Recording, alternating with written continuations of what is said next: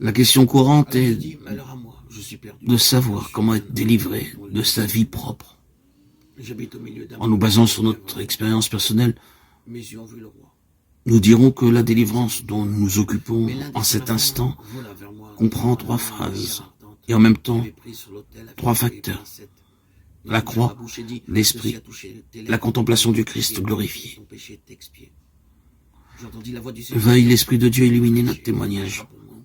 Sur la Il dit, me croix, voici, envoie-moi. le Et Christ alors, s'offrit en sacrifice pour le péché dis à du son monde. peuple, Il y a là vous un entendrez acte de votre substitution, voix, vous verrez, vous ne d'amour, saisirez point. de pardon. Rends insensible le cœur Mais de j'y mon trouve peuple, encore voici ses oreilles et bouche-lui, davantage. qui ne voient point. J'y découvre en puissance les arts de ma sanctification. Ses oreilles ne comprennent point. Relisons Ne se convertissent Romains 8, point. 3, 4. Ce qui était impossible à la loi à cause qu'elle était faible dans la chair, Dieu l'a fait en envoyant son propre Fils dans une chair semblable à celle des hommes pécheurs. Nous avons devant nous, à savoir Et pour le péché, il a condamné le péché dans la chair, afin que la justice de la loi fût accomplie en nous, qui marchons non selon la chair, mais selon l'esprit. Ce qui résulte de cet incident est ceci. L'œuvre de substitution d'abord, Dieu a envoyé son propre Fils pour le péché, puis celle de ma sanctification, dans une chair semblable à celle des hommes pécheurs.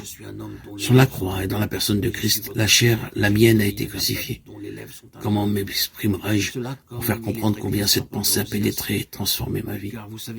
Après la découverte de Jésus, mon sacrifice, ce qui influença le plus mon existence fut de discerner dans le Sauveur, sans péché, mourant sur la croix à l'effigie de mon moi pécheur, y mourant avec lui.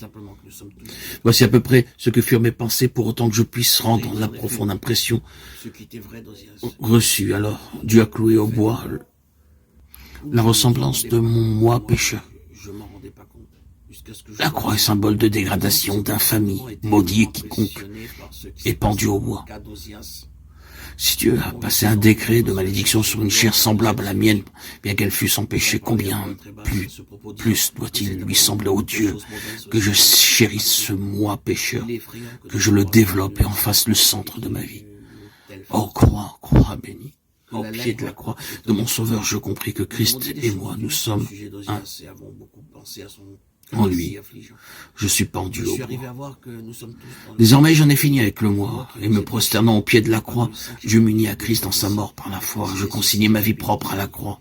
Ce fut comme si je prenais le moi avec ses ambitions, ses désirs, ses aspirations vers la perfection, sa corruption, sa versatilité, son esprit de critique, son manque de charité, et que je l'y clouais vraiment.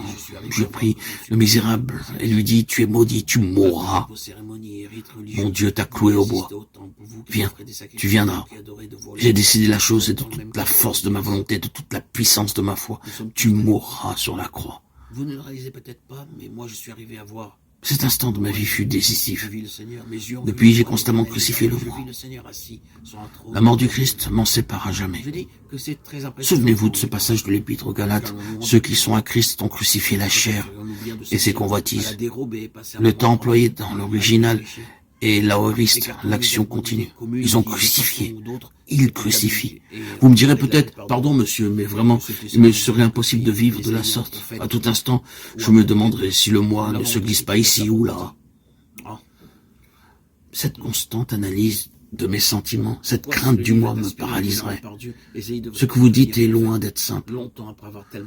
Eh bien, je vous attendais là, mon ami. Autrefois, je pensais comme vous. Mais ici, l'Esprit de Dieu intervient en nous. Et j'arrive à mon second point. Si par l'Esprit vous faites mourir les œuvres de la chair, vous vivrez. L'Esprit a des désirs opposés à ceux de la chair. Ce fut par l'Esprit éternel que le Christ s'offrit à Dieu sans péché. Et c'est l'Esprit éternel en vous et moi qui s'oppose à la vie propre et la crucifie. Mais protestez-vous encore? Crucifier le moi me fera souffrir. Je me ferai l'effet de monter la garde auprès d'un cercueil et de surveiller l'œuvre de mort sur un cadavre. Oui, c'est cela en un sens, et cependant, c'est tout autre chose. Et j'arrive à mon troisième point. Jésus. La contemplation du Seigneur ressuscité. Alors que tout au fond de votre cœur, l'Esprit de Dieu lutte contre la vie propre, contre le moi et ses convoitises. Il révèle en même temps Jésus-Christ. Le Seigneur vous est tout proche, il vous devient une réalité. Le Saint-Esprit conduit les regards sur Jésus.